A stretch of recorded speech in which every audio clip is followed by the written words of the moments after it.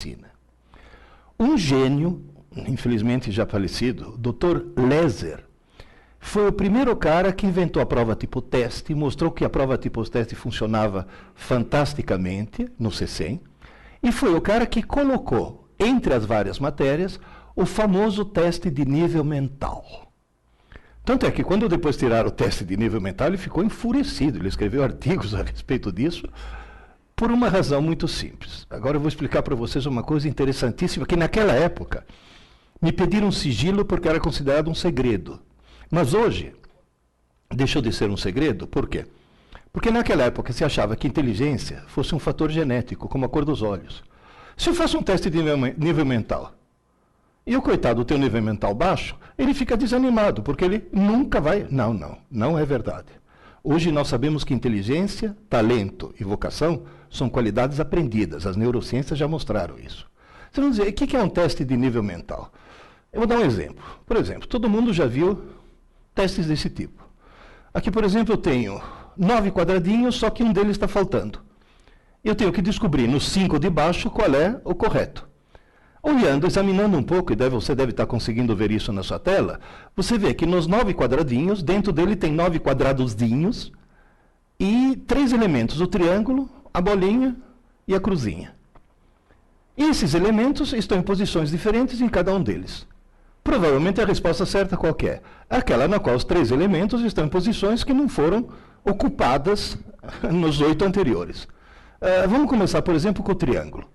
Se eu pegar a resposta genérica, o triângulo pode estar em qualquer lugar. Agora, se eu olhar lá em cima, no quadradinho superior à esquerda, eu noto que o quadradinho superior à esquerda já está tomado. Portanto, eu posso, na resposta, dizer, bom, com certeza, na resposta, eu não vou ter o quadradinho superior à esquerda. Então, o que eu faço? Vamos ver no próximo. O quadradinho inferior à direita também já está tomado, então eu posso eliminá-lo. O quadradinho inferior à esquerda também já está tomado e eu posso eliminá-lo. O quadradinho superior à direita, elimina. O do centro à esquerda, elimina. O do centro à direita, elimina. O quadradinho que está à direita, elimina. O quadradinho que está embaixo, elimina. Obviamente, a resposta tem que ter o quê? Um triângulo no qual esteja ocupando o quadradinho superior. Isso já permite, se você olhar embaixo, eliminar 3 das opções. Você vai dizer, bom, agora vou escolher entre 2. Isso no exame é fundamental, essa história de eliminar o que não pode, porque de repente faltou tempo, vou chutar. Se você já eliminou 3, você aumentou a sua chance no chute enormemente. Agora você tem uma chance em 2 em vez de ter uma chance em 5. Agora, você notou que olhar para a cruzinha não vai adiantar nada, porque a cruzinha está exatamente na mesma posição nas 2 opções. Então eu devo olhar para a bolinha. Na hora que eu olho para a bolinha, eu percebo o quê? Que no canto superior esquerdo a bolinha já está ocupada. Portanto, não é a número 2. E só para checar, olhando o centro inferior, eu vejo que a bolinha não está em nenhuma dessas posições. Portanto, a opção correta é essa. Eu demorei mais ou menos 2 minutos para resolver isso. Só que eu estou falando e estou explicando. Na hora de fazer um teste, se você demorar mais que 30 segundos para achar a resposta, você já está bobeando.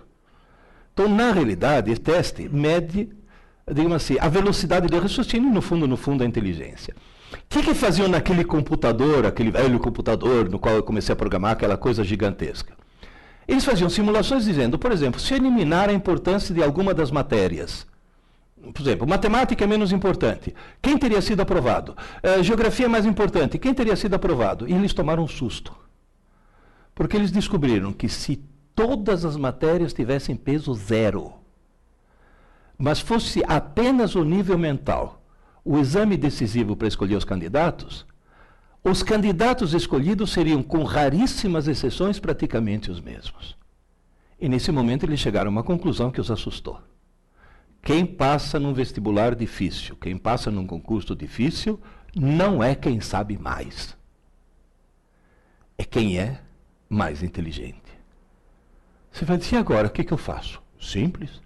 Torne-se cada vez mais inteligente. Se está provado e demonstrado que inteligência se aprende, o truque para se preparar não é ficar se entupindo de informações.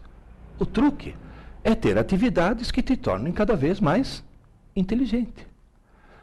Se você fizer o gráfico do QI de uma pessoa e o número de pessoas, na vertical você colocar o número de pessoas que têm um certo QI, e na horizontal você colocar as pessoas que têm esse QI, você vai notar que existem poucas pessoas que têm um QI muito baixo.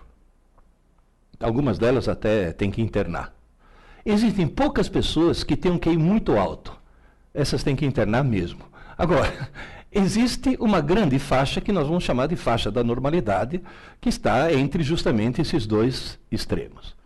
Fazendo-se um teste de QI, você pode chegar a um certo resultado. Então, por favor, entenda uma coisa importantíssima. Na frente de cada um de nós existe uma escada chamada escada da inteligência. Todo dia você pode subir um degrau. Só que cuidado, é um degrau por dia. Portanto, o ciclo de aprendizagem e crescimento de inteligência é algo que começa, acontece e se encerra em 24 horas. Mas eu posso subir? Claro. Posso descer? Claro. Se você quiser ficar mais burro, eu posso te dar algumas dicas. Por exemplo, tome Ritalina. Se você tomar Ritalina, porque tem cara aí concurseiro que acha que é muito esperto, a Ritalina está provado, diminui o quociente de inteligência da pessoa. Pode acalmá-la, pode fazer com que a pessoa se concentre mais porque ficou mais calma. É claro que ficou mais calma. Está drogada? Pô, e se não for um produto químico, como é que eu fico mais burro sem produtos químicos? Simples. Facebook. Passe mais de 1 hora por dia no Facebook, você vira uma besta total. O Facebook está emburrecendo as pessoas. Isso também está provado através de uma série de testes. Ô, professor, e como é que eu faço para saber se eu subi a escada? Bom, se você fizer um teste de QI hoje, e outro daqui a uma semana, provavelmente você não vai notar diferença nenhuma. Mas se você fizer o que eu vou te aconselhar a fazer, o teste hoje e um teste, por exemplo, daqui a 1 ano, você vai notar daqui a 1 ano que você está com QI mais elevado, portanto você está subindo realmente essa escada. A coisa é extremamente simples. Inteligência se aprende. A cada dia que passa, você pode ficar cada vez mais inteligente. Tem gente que diz, mas por que no Brasil as coisas não funcionam como deveriam funcionar? Se eu fizer um teste de QI na humanidade, em geral, por definição, o QI médio da humanidade foi atribuído ao QI médio da humanidade o valor 100. Tem que falar, se eu tiver QI 100, eu sou normal? Não, você é médio. Se você tiver QI 100, você é mais inteligente que metade da humanidade. Mas sinto muito, você é mais burro que a outra metade. E se você quiser realmente ter sucesso num concurso, num vestibular, trate de subir a escada. O problema é subir a escada. Se fizeram por amostragem um teste de QI na população da Inglaterra, obteve seu valor 100. Isso mostra o quê? Que os ingleses são normais. Aí fizeram um teste de QI na população do Japão. Deu 113. Agora, cuidado. O cérebro de um japonês, biologicamente, é idêntico ao cérebro de um inglês. Portanto, se a população média do Japão tem um QI tão mais elevado que o da Inglaterra, isso mostra o quê?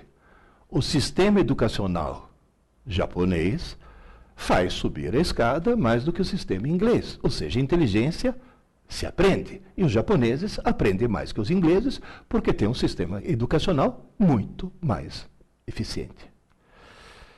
Por amostragem, fizeram um teste de QI na população do Brasil. O resultado foi catastrófico.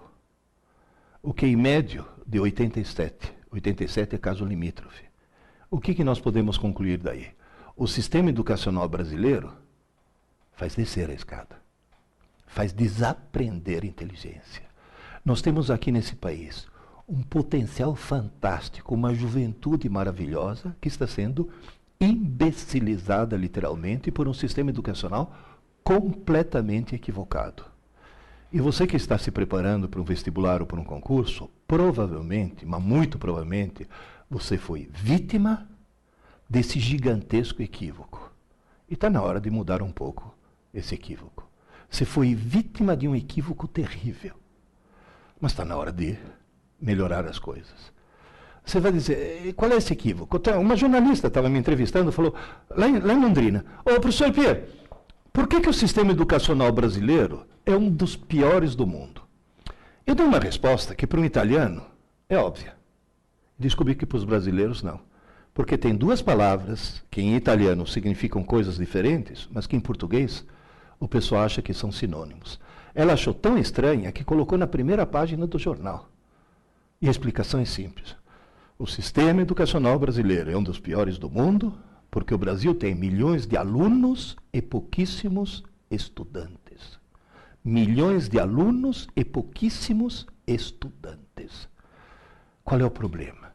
Os pais brasileiros, os professores brasileiros, as pedagogas brasileiras querem que você seja um bom aluno. E sabe o que bom aluno faz? Vai bem na prova, tira boas notas, passa de ano, obtém um diploma e não aprende nada. Não consegue aprender. Gente, eu dei aula num cursinho em São Paulo, onde eu tive mais de 100 mil alunos, vindos das melhores e mais caras escolas dessa cidade. Chegavam para mim no cursinho, mentalmente virgens, sem saber absolutamente nada.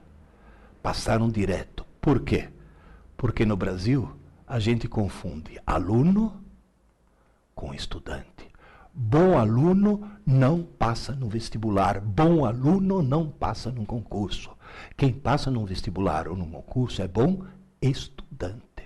Mas, professor, qual é a diferença? Um aluno é alguém que assiste às aulas. Ser aluno é a coisa mais fácil do mundo. Entra num curso qualquer, se matricula, encosta teu bumbum numa cadeira, pronto, você vira um aluno. Agora, estudante não. Estudante é alguém que estuda. Ué, mas se eu estou assistindo a aula e não estou estudando, este é um outro equívoco terrível. É uma das armadilhas mais terríveis que existe. Quem está assistindo às aulas não está estudando. Assistir às aulas não é estudar. E todo mundo cai nessa armadilha. Na faculdade eu estudo à noite. Você assiste aula à noite. Meu filho lá na escola estuda de manhã. Não, seu filho de manhã não estuda. Seu filho de manhã está assistindo às aulas. Vocês vão dizer, mas não é a mesma coisa, não. Assistir às aulas é um processo coletivo e passivo. Numa aula expositiva, o aluno ouve, vê e entende, mas é passivo. E outra coisa, normalmente numa aula tem um professor e vários alunos. Quando os alunos são pequenininhos, é uma professora para 12 alunos. Depois cresceram mais, é uma professora para 30. Depois é um professor para 50. Eu, no cursinho, eu dava aula para 200 alunos. Numa boa. Mas já eram adolescentes. Já eram gente adolescente ou até adultos. Então é um processo coletivo e passivo. Agora, pensa um pouco. Qual é o oposto de coletivo? É solitário, individual. Qual é o oposto de passivo? Ativo. Estudar, justamente, é um ato individual e ativo. Agora eu vou fazer uma pausa, porque essa é a parte mais importante que vocês têm que entender. Gente, ninguém está estudando se não estiver sozinho. É individual. Não existe grupo de estudos. Isso é uma contradição em termos. Se é grupo, não é estudo. Estudo é individual. Cada um por si. E além de ser individual, é ativo. Ninguém está estudando se não tiver uma caneta ou um lápis na mão e não estiver escrevendo. Eu vou repetir. Escrevendo. À mão. Gente, vocês estão falando com um homem de 70 anos que começou a dar aula com 18, que já deu aula para criança e já deu aula na pós-graduação para médico psiquiatra. Vocês estão falando com um homem que só no curso pré-vestibular teve mais de 100 mil alunos. Por favor, ouçam. Não existe outra forma de se estudar que não seja escrever. Tem cara que fala, não, mas espera aí, eu estou lendo um trecho do Código Penal, eu não estou estudando o Código Penal, não. Você não está estudando, você está lendo e não vai gravar nada. Como é que eu faço? Simples. Pega o texto, pega uma caneta, ou um lápis, um papel, e vai lendo. Tudo que for importante, escreva. É importante? Escreva. Tem que falar, como é que eu sei o que é importante? Simples. Faz de conta, na hora de escrever, que você está preparando uma cola. Na hora de preparar uma cola, surge lá de dentro um poder de síntese que você desconhecia. Tanto é que quem prepara a cola bem feita não precisa puxar, porque só o ato já funciona. E agora, cuidado por uma outra coisa importantíssima. Eu falei escrever, eu não falei digitar. Se você escrever, vai para o teu HD. Se você digitar, vai para o HD do computador. E na hora de fazer um vestibular, um concurso, o computador que você leva é esse. Ah, mas isso está provado cientificamente ou é uma opinião sua? Não, não é opinião minha. Está provado cientificamente. Agora vai. 5 minutos, já que eu sou químico e físico, 5 minutos de química e física. A molécula que vocês veem à esquerda é uma molécula de glicose que foi alterada. Um dos grupos hidroxila foi substituído por flúor 18. Flúor 18 é um isótopo radioativo que decai para oxigênio 18, emitindo um neutrino e um pósitron, ou seja, um elétron positivo. O que é um elétron positivo? É o elétron da antimatéria. Toda vez que um elétron positivo da antimatéria encontra um elétron negativo da matéria, os dois se aniquilam, desaparecem. Nessa altura, Lavoisier dá 3 voltas no túmulo. A matéria desaparece e surgem 2 pulsos de energia, 2 raios gama que saem um para cada lado. O que eu faço? Como o maior combustível do cérebro é açúcar, eu dou para o cidadão açúcar, uma solução de açúcar, água com açúcar, só que com esse açúcar. E coloco o cidadão exatamente no centro de um detector circular de raios gama. A região do cérebro que mais consome açúcar vai produzir mais esses pares de raios gama, que como não chegam exatamente no mesmo instante, a diferença de tempo permite localizar de onde partiram. E a quantidade de aniquilações que acontecem permite determinar quanto açúcar aquela região do cérebro está consumindo. Ou seja, eu quase que consigo fotografar o pensamento. Por exemplo, nesse exato momento, agora, vocês estão me ouvindo. Se vocês estão me ouvindo, no hemisfério esquerdo do teu cérebro, nessa posição mais ou menos, na região de Wernicke, está acendendo. O que estou falando está acendendo mais na frente, a região de Broca. Se você está de olhos abertos olhando, está acendendo aqui o lobo occipital. E se você está pensando, obviamente, acende o lobo pré-frontal. Você vai dizer, mas dá para perceber, inclusive dá para responder perguntas. Por exemplo, tem muitos que me perguntam, posso estudar assistindo TV? Não. Posso estudar com o computador ligado? Não. Posso estudar ouvindo música? Sim. Nessa altura a pessoa fala, como assim? Veja bem, se você pegar um cérebro em repouso, aquela figura lá embaixo, você está notando que o vermelho, a maior atividade, acontece no lobo occipital, que é justamente o cara está de olhos abertos, está processando a imagem. Se você estiver estudando, usando só linguagem, português e matemática, que são as 2 linguagens, acende somente o lado esquerdo. E se você estiver ouvindo música, acende só o lado direito. Agora, veja bem, se você estiver estudando em silêncio, o lado esquerdo está trabalhando a toda. O lado direito não tem o que fazer, fica enchendo o saco. Então você está lá, olha, porque as placas tectônicas, olha a borboleta azul. É o lado direito enchendo. Então o que você faz? Liga uma música e mantém o lado direito ocupado enquanto o lado esquerdo está estudando. Mas cuidado, quando eu falei liga uma música, nessa música não pode ter ninguém cantando no idioma que você conheça. Porque se você conhecer o idioma, invade o lado esquerdo e a letra da música atrapalha aquilo que você está estudando. Está bem claro isso? Ah, eu quero ouvir rock com um vocalista. Ótimo. Tem ótimas bandas de rock húngaro. Porque nenhum húngaro entende que outro húngaro está falando. E note uma coisa interessante, esse PET, né, o Positron Emission Tomography, é tão sofisticado que se você está ouvindo jazz, acende aqui. Se você está ouvindo Mozart, acende aqui. Ou seja, são regiões do cérebro diferentes que foram treinadas de forma diferente para ouvir tipos de músicas diferentes. Agora, se você estiver ouvindo funk, não acende absolutamente nada, porque não há necessidade de cérebro para ouvir funk. Isso já é um outro problema. Agora, essas experiências todas mostram uma coisa interessantíssima. Quanto mais regiões do cérebro você acender, mais chance você tem de gravar alguma coisa. Moral da história. Se você escrever, por exemplo, BA, manuscrito, um monte de regiões no teu córtex motor se acendem. Se você simplesmente digitar não acende quase nada. Digitar não serve. Você tem que escrever. Escrever e muito. Teve um amigo meu, professor. Me ajuda aí. Falei, o que foi? Estou me preparando para um concurso público, estou estudando 14 horas por dia, estou me matando de estudar, e não rende, chega no fim do assunto, já esqueci o começo. Onde estou errando? Falei, bom, primeiro erro é estudar 14 horas por dia. Só um louco faz isso.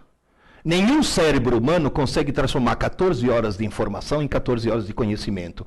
Portanto, o trouxa que estuda 14 horas por dia está jogando fora um monte de seu tempo. Mas eu falei, bom, vou fazer uma coisa, eu vou na tua casa, vou ver como é que você está estudando. Fui na casa dele. Falei, querido, você não está estudando 14 horas por dia, você está jogando na lata do lixo 14 horas do teu dia. Por quê? Você só está lendo. Mas ler não é estudar? Eu falei, não. Tanto é que tem cara tão trouxa que faz curso de leitura dinâmica só para jogar seu tempo fora mais depressa, porque ler não é estudar. Estudar é escrever. Aí falou para mim, mas eu escrevo. Eu falei, deixa eu ver o caderno. Caderno, Pierre, é coisa do passado. Agora eu estou anotando tudo no meu notebook. Eu falei, isso, seu trouxa. Manda agora teu notebook e fazer exame no teu lugar. Eu peguei o notebook dele, joguei no lixo, suavemente, porque ele ia pegar de volta. Entreguei um lápis, falei, escreva. E me mandou um e-mail.